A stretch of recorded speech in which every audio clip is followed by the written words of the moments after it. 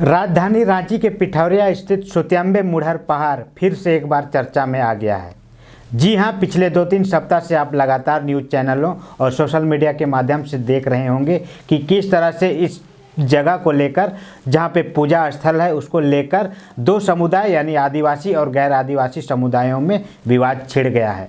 हालांकि विवाद का मूल कारण धार्मिक अतिक्रमण को बताया जा रहा है, जहां मुंडा जनजाति के लोगों का कहना है कि यह स्थान हमारे पूर्वजों का जननी स्थान रहा है, जहां पर मुंडा साम्राज्य का शासन चलता था और हमारे महाराजा मदरा मुंडा इसी स्थान से मुंडा राज्य पर शासन करते थे। तो आखिर झारखंड के धार्मिक स्थलों पर लगातार ऐसी अतिक्रमण की घटनाएं क्यों बढ़ रही है और प्राकृतिक प्रेमी आदिवासियों के ही धर्म पर क्यों छेड़छाड़ किया जा रहा है? आइए इसे कुछ इतिहासकारों के मंतव्य के माध्यम से जानने का प्रयास करते हैं।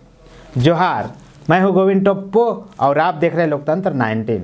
पिछले 2 दशकों से झारखंड सहित सभी आदिवासी बहुल राज्यों में आर्य केंद्रित इतिहास और इतिहास लेखन में आर्य नैरेटिव की जगह इन दिनों आदिवासी नैरेटिव पर नई चर्चा शुरू हो गई है। इतिहास लेखन में ट्राइबल नैरेटिव की बात करने वाले इतिहासकारों का मानना है कि देश में एक सुनियोजित तरीके से पुरानी आदिवासियों की सभ्यता पर दूसरी संस्कृति हावी हो रही है। चाहे वो गुमला स्थित आदिवासियों की पूजा स्थल अंजन पर्वत के अंजन धाम में बदलने की कहानी हो, या फिर गिरिडीह के पारसनाथ पहाड़ी स्थित मारंगबुरु संथालियों के देवता का संवेद शिखर के रूप में अतिक्रमण हो, या फिर रांची स्थित तमाड़ के देवड़ी मंदिर का हिंदुओं द्वारा अतिक्रमण हो, या फिर पिठौरिया स्थित सुत्याम्बे में ऐतिहासिक मुंडाओं का धरोहर मुढ़र पहाड़ पर गैर आदिवासियों द्वारा धार्मिक अतिक्रमण की कहानी हो।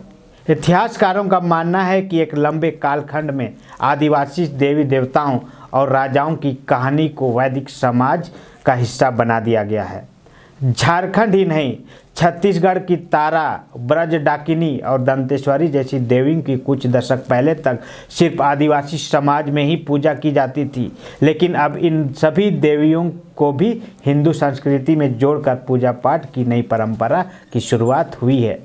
देश के प्रतिष्ठित JNU यूनिवर्सिटी के एसोसिएट प्रोफेसर राकेश ने आदिवासियों की सभ्यता संस्कृति के साथ उनके राजनीतिक इतिहास पर गहन अध्ययन किया है और वे कहते हैं कि आखिर क्यों आदिवासियों की ज़मीन पर ही हनुमान मंदिर बनाना आसान है, जबकि आदिवासी समाज के लोग किसी दूसरे के ज़मीन पर सरना स्थल नहीं बना सकते। लोग ऐसा करने के भी नहीं सोचते हैं और ना लोग करने देते हैं।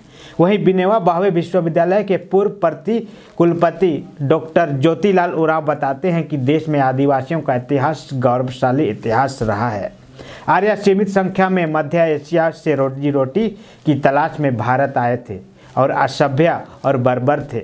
उस वक्त देश में 16 महाजन हुआ करता था, लेकिन आदिवासी राजाओं का अपना अलग विशाल साम्राज्य था। लेकिन धीरे धीरे आदिवासी राजाओं का शासन समाप्त हो गया। कई ऐतिहासिक तथ्यों से यह प्रमाणित भी होता है कि असभ्य और बर्बर होते हैं वही लोग शासन भी करते हैं। इसके बावजूद ऐतिहासिक प्रमाण है कि कई आक्रमणकारियों और मुस्लिम शासकों के सेनापति आदिवासी ही थे और सेना में बड़ी संख्या में आदिवासी शामिल होते थे। डॉक्टर ज्योतिलाल उरांव कहते हैं कि समुद्रगुप्त के शासनकाल में भी झारखंड में बड़ी संख्या में सेना को भेजा गया, लेकिन उसे भी यहाँ सफलता नहीं मिली। उसके बाद समुद्रगुप्त ने झारखंड के हर गांव में ब्राह्मण परिवारों को भेजना शुरू किया। गांव में ब्राह्मण पहुंचे और मंदिर बनाकर पूजा पाठ करने लगे। बाद में वे गांव में ही मुखिया प्रधान जैसे पद पर स्थापित हो गए। आदिवासियों को भी अपनी ओर आकर्षित करने लगे। इस बात से इनकार नहीं किया जा सकता है कि ब्राह्मणों के कारण ही आदिवासी समाज वैदिक संस्कृति की ओर आकर्षित हुआ। झारखंड का इतिहास यह भी बताता है कि यहाँ के आदिवासियों ने कभी भी अंग्रेजों की दासता स्वीकार नहीं की थी। रांची यूनिवर्सिटी के पूर्व कुलपति प्रोफेसर इंद्र कुमार चौधरी बताते हैं कि आदिवासी समाज की चर्चा रामायण और महाभारत काल में भी होती रही है। भले इनकी बानर और असुर के रूप में होती थी, लेकिन ये उस वक्त भी संस्कृति के केंद्र में विद्यमान थे। हालांकि कई इतिहासकार इस सोच के साथ इतिहास लेखन किए हैं कि आदिवासी विकसित नहीं थे, वे जंगलों में रहते थे। लेकिन इसमें पूरी तरह से सच्चाई नहीं दिखाई देती है। रांची विश्वविद्यालय के पूर्व कुलपति डॉक्टर लालजी राणा का कहना है कि जंगल में रहने के दौरान भी एक सभ्यता संस्कृति दूसरे पर हावी हो जाने में टेक्नोलॉजी का महत्वपूर्ण स्थान रहा है। सभी इतिहासकार ये मानते हैं कि तोपखानों के कारण ही कम सैनिक क्षमता होने के बावजूद बाबर को भारत में सफलता मिली थी। उन्होंने कहा है कि यह सच है कि देश में आदिकाल से ही कई हिस्सों में आदिवासियों का शासन रहा, लेकिन ये तीर, धनुष और पत्थर जैसे पारंपरिक हथियारों से लड़ाई लड़ते थे। वे रथ, घोड़े और हाथी वाली सेना से परिचित नहीं थे। संभवतः इसी कारण धीरे धीरे उनका प्रभाव कम होता गया और उनके धार्मिक स्थलों पर अतिक्रमण करना शुरू किया गया। जहाँ तक अगर देखा जाए तो झारखंड में आदिवासियों के धार्मिक अतिक्रमण के पीछे उनकी जल जंगल जमीन को छीनना और उनकी संस्कृति को नष्ट करना माना जाता है। क्योंकि झारखंड एक आदिवासी बहुल क्षेत्र है और आदिवासी बहुल क्षेत्र होने के नाते सबसे ज़्यादा ज़मीनें आदिवासियों के पास ही हैं।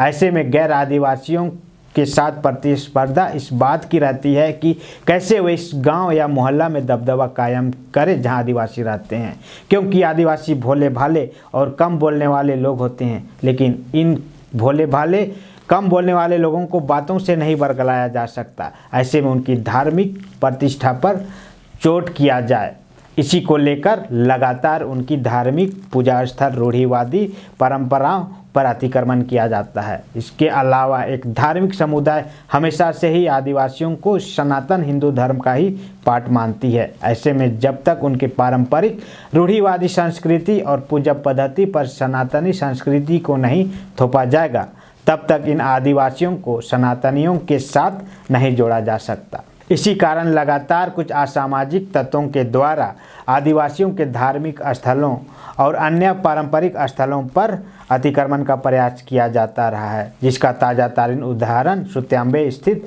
मुढ़र पहाड़ है, जो इन दिनों झारखंड में चर्चा का केंद्र बिंदु बना हुआ है।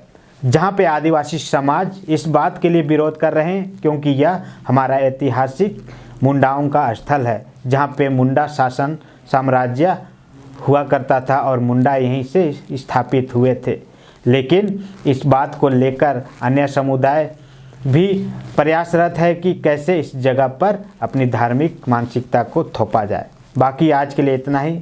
आपको यह वीडियो कैसी लगी आप ज़रूर कमेंट बॉक्स में बताइएगा। अगर किसी तरह की आपको लगता है कि नहीं इसमें कुछ त्रुटियां हैं तो आप इसको भी हमारे सामने लाने का प्रयास करिएगा। बाकी आज के लिए इतना ही, फिर मिलते हैं कोई ऐसे ही आदिवासी सामाजिक टॉपिक के साथ। तब तक के लिए बहुत बहुत धन्यवाद, आभार, जोहार।